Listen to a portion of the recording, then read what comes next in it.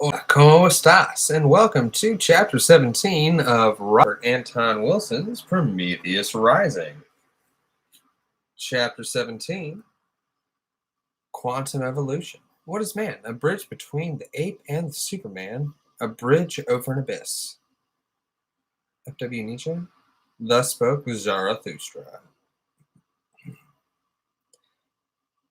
Another perspective on domesticated primate evolution is provided by Alvin Toffler's The Third Wave. For convenience, Toffler reduces the muddle of human history into a model of three waves. It would be more accurate to refer to these waves as a quantum jumps in energy coherence level. The first wave of Toffler says took 1,000,000 to occur. But it finally transformed the larger part of humanity from the tribal stage simple hunting gathering primates to the stage of large-scale agricultural feudal civilizations. The second wave came much faster and, in a few centuries, transformed almost all of humanity from feudal agricultural cottage economy to industrial urban market economy. The third wave, Toffler says, continues the trend towards acceleration and will happen in only a few decades. We call it the information explosion, the post-industrial economy, etc. Each wave is faster by a factor of 10 than the previous wave. And each wave is more total in that it changes more people, changes them more completely, and in the process transforms our concept of human nature and human society. Each wave that Toffler describes can be considered a new quantum state with energy levels and reality dimensions lacking in previous state and totally unpredictable from the previous state. The first wave mutated tribal men and women into serfs or into lords and ladies. It created a whole new social manifold that is so subtle and pervasive that anthropologists and sociologists can spend years studying its invisible aspects. And yet this transformation is so enormous that it is also visible to the untrained eye. You can't confuse a tribal human with a feudal human any more than you can confuse a dog with a donkey. So, too, the second wave created what Toffler wittily calls industrial reality, manifesting as industrial men and women who are visibly, tangibly as different from feudal or tribal humans as dolphins are from rose bushes or armadillos. The third wave, which began when Shannon and Weiner defined information and von Neumann designed the first programmable computer, is well underway already. Home computers became as common as TV sets in the mid-1980s. Now, the net computers talking to computers is doubling every 4 months. This transformation, again, will be total. It will create a whole new man, a new woman, a new child, a new self, a new society, a new concept of work and energy and reality, etc. The average man or woman of 1997 will be as obsolete in 2007 as the medieval serf is now. What we consider normal jobs, normal social roles, normal humanity will be as archaic as a horde of alchemists, smithies, town criers, courtiers, and barber surgeons arriving in our midst today. Of course, Toffler's does not claim that the computer is the whole of the third wave, but merely that it is synecdoche or paradigm of what is happening.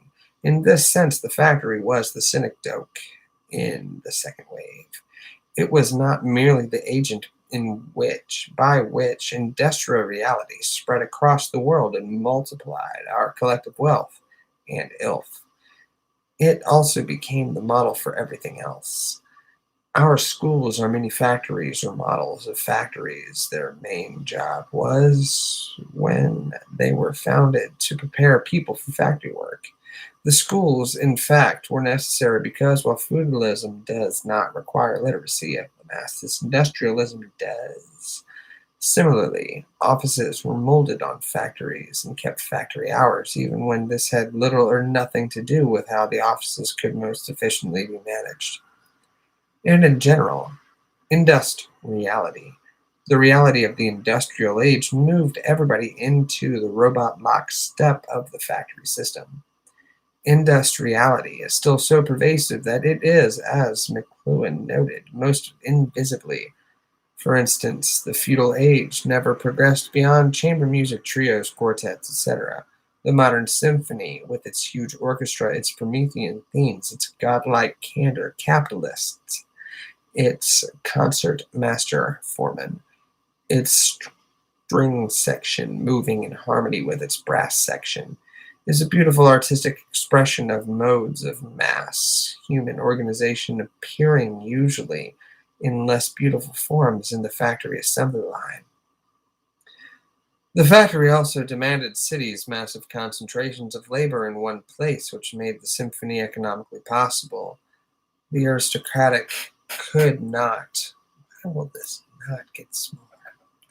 The aristocratic could not afford and or could not conceive keeping the more than the very few musicians necessary for chamber music.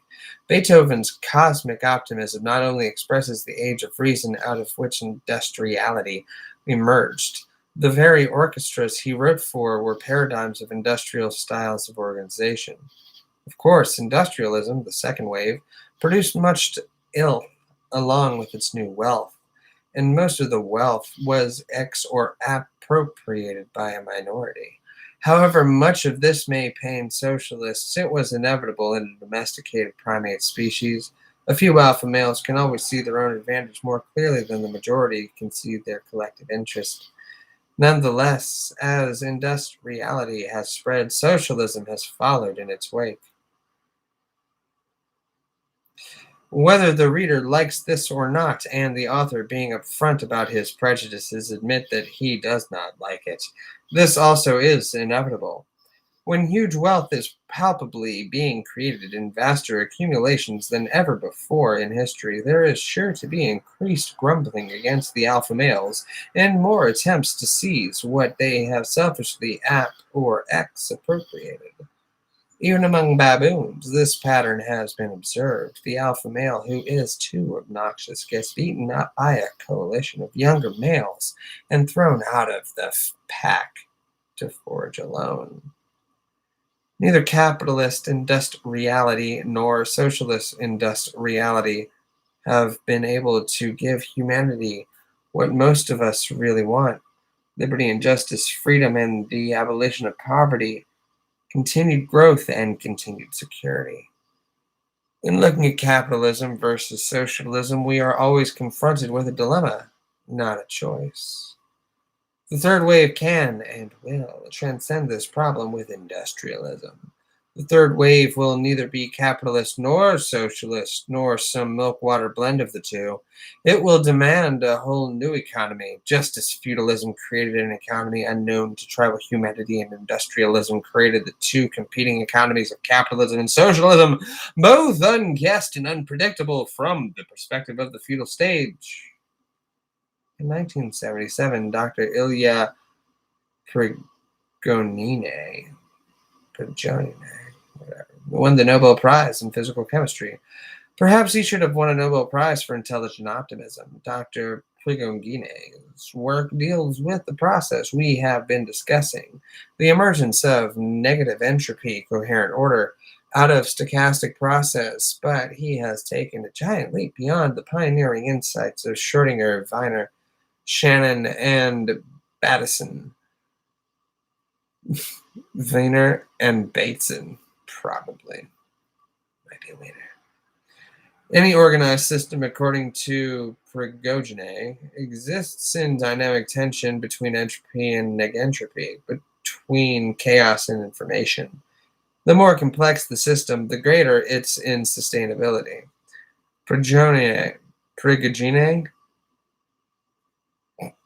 demonstrated this mathematically, but in everyday terms. What he means is that, for instance, it is easier to lead 2 children through a department store than 20 children, or a toothpick house of 101 pieces is less stable than a smaller toothpick house of 10 pieces. Instability is not always bad. In fact, it is absolutely necessary for evolution to occur. Insect societies are highly unstable and have not evolved at all in several million years. Human societies are highly unstable and are in continuous evolution. Insect societies are highly stable. Human societies are highly unstable. Progogine demonstrates the evolutionary value of instability by his concept of the dissipative structure. A dissipative structure is highly complex and therefore highly unstable. The more complex it is, the more unstable it is, mathematically certain slash v semicolon, and the more unstable, the more likely it is to change, to evolve. All dissipative structures are teetering perpetually between self-destruction and reorganization on a higher level of information coherence. If that sounds grim, or if it sounds like neurolinguistic programming, it isn't really. Prigogine's math is highly optimistic. He shows that the more complex structures, such as our world-round human society today, midway between second wave industriality and the emerging third wave, are mathematically more likely, much more likely to dissipate into higher coherence than into self-destruction. In other words, in the intellectual conflict between utopians and dystopians, the mathematical odds actually are on the side of the utopians. Our human world is so information-rich, coherent, that it is almost certain to collapse into even higher coherence, not into chaos and self-destruction. Prigogine is the mathematical demonstration of McLuhan's intuition that many seeming symptoms of breakdown are actually harbingers of breakthrough. A note to confirm pessimist: Prigogine's analysis is based on probability theory and hence is not certain. Thus, if you have found these lyrical pages unduly alarming, take comfort in the thought that although human success is highly probable, there is still a small chance that we can blow ourselves up, or that your favorite apocalyptic scenarios might still occur despite the general trend toward higher coherence and higher intelligence. Meanwhile, of course, even if humanity seems condemned to overall success, you can still mess up your personal life. Nothing in this book is an attempt to prevent the really resolute misery addicts from continuing their pursuit of frustration and failure. The latest cosmological evidence indicates that our sun and its planets, including Earth, condensed out of a cloud of galactic dust and gas about 5 or 6 billion years ago. Excuse me for the cadence. It appears that the first forms of unicellular life, the first dawnings of Circuit 1 biosurvival consciousness, appeared about 3.4 billion years ago. Vertebrates began to appear with Circuit 2 emotional territorial consciousness about 0.5 billion years ago, 500 million years ago. The emergence of Circuit 3 human intelligence, language, and thought seems to have begun about 100,000 years ago, the fully human domesticated primate Homo sapiens. With Circuit 4, moral consciousness may be about 30,000 years old or even more recent. Circuits 5 through 8 have appeared within historical times. All of these figures are subject to revision as science advances, but the rough proportions between them are not likely to be changed much, and these proportions are staggering. As has often been pointed out, if we condense this evolutionary scenario into a 24-hour day beginning at midnight, life itself does not appear until a little before noon. In all of human history, from grunting club-wielding ape men of Africa to Neil Armstrong setting foot on the moon, occurs in the last half of the last second before midnight strikes again, and the day ends. This model is misleading in that it assumes the present is an end, which is highly unlikely. Even without space migration, the lifespan of Earth's biosphere is expected to be somewhere between 10 and 15 billion years or more before the sun ceases to support life here. Taking the sun's expected lifespan of about 20 billion years as our model to be mapped onto a single day, we find it's now around 8 in the morning. Life has been mostly unconscious until now, operating on autopilot, as it were. But in the last million years, the last few seconds on this model, signs of consciousness and awakening are beginning to appear. The universe is so constructed as to be able to see itself, Spencer Brown once noted. The emergence of the neurosomatic, neurogenetic, and metaprogramming circuits is the universe's way of seeing itself ever more clearly and totally, to decide where it's going. Dr. Isaac Asimov notes in his genetic code that there seems to be a 60-year cycle between the first understanding of a new scientific principle and the transformation of the world by that principle. For instance, Oersted discovered electromagnetic equivalence, the fact that electricity can be converted to magnetism and magnetism to electricity in 1820. 60 years later, in 1880, electrical generators were in wide use and the Industrial Revolution had peaked. The telegraph and telephone were already invented, and our age of mass communication was dawning. Similarly, in 1883, Thomas Edison first noted the so-called Edison effect, the key to electronic as distinct from electrical engineering. 60 years later, in 1943, electronic technology was appearing everywhere.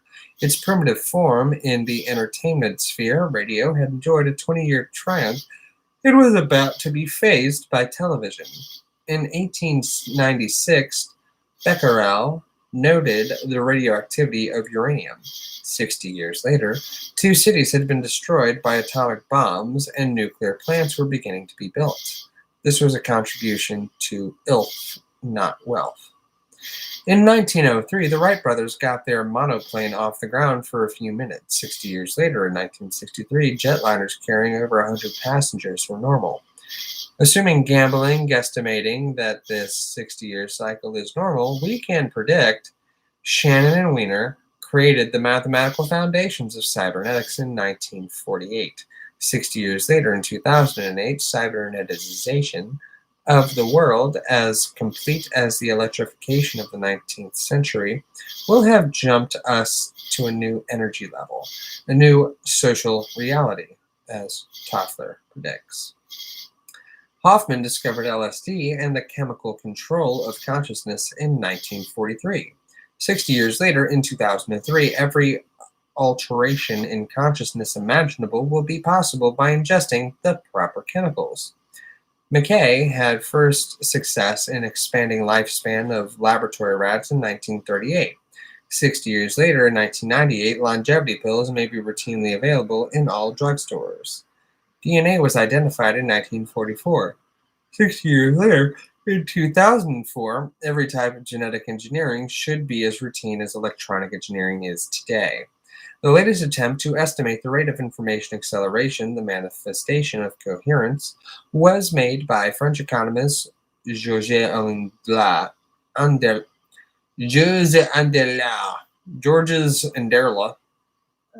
for Americans, for the Organization for Economic Cooperation and Development, OECD, in 1973. Anderla arbitrarily assumed that all the bits of information possessed by humanity at the beginning of the Christian era, 1 AD, could be considered his unit of measure. He made that information pool 1 unit in our fund of knowledge. It took until 1500 AD Anderla discovered for the accumulation of bits of information to add up to 2 units in our fund. It required only 250 years more to 1750 for our bank of knowledge to double again to 4 units. The next doubling took 150 years, and by 1900, humanity had 8 units in its information capital account. The next doubling took only 50 years, and by 1950, we had 16 units. The next doubling took only 10 years, and by 1960, we had 32 units. The next doubling took 7 years, and by 1967, we had 64 units.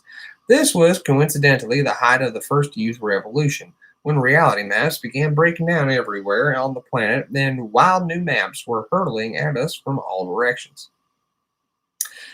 Then in the next 6-year period, 1967 to 1973, our intellectual bank account again doubled to 128 units. At this point, Anderla completed his study. Dr. Alvin Silverstein had estimated that if Anderla's graph is projected ahead 70 years, human knowledge should increase a millionfold. That is, we should have 128 million times more knowledge than we had in the year of Jesus' birth. Longevity drugs will probably arrive in time for you to live through the biggest evolutionary quantum jump of all. It is only reasonable to assume that the higher circuits of the nervous system, neurosomatic holistic awareness, neurogenetic evolutionary vision, metaprogramming flexibility, are developing to allow us to cope with this deluge of higher information and potential higher coherence. I'd just like to point out that as soon as I change the accent, I've had almost zero issues. Let me mess this next line up. Toffler's third wave is only the sociological aspect of a mutation that is also biological and spiritual. We are going to live a lot longer than we have expected, and we are going to get a lot smarter.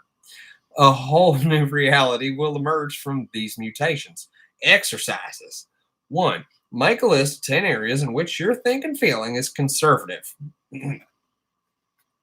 Guess how soon the world will change so totally that those ideals will seem not merely conservative but irrelevant, as the theological debates of 300 AD now seem irrelevant. Number 2, make a list of 10 areas in which your conceptualization. Number 2, make a list of 10 areas in which your conceptualizing is radical. Wow, that sounds a lot like Burning Man, but don't mind me. Guess how soon the world will change so totally that you will seem conservative in those areas. Wow, seems a lot like Burning Man, but don't mind me. Number 3, accept the longevity hypothesis. Imagine you are going to live at least 300 years. How much of that time do you want to spend loafing? How many different jobs would you like to work at? How many sports, arts, or sciences you've never had time for would you then find the time to enjoy? And then how much existential malaise would you develop as you realize that everyone just sucks until you finally do something and work towards ending all the crap that you were just trying to sustain by sticking around for so long? That part wasn't actually in the book, but I just like to make a point that you're not going to get anywhere unless you do anything. So where we go one, we go all. And let's do it.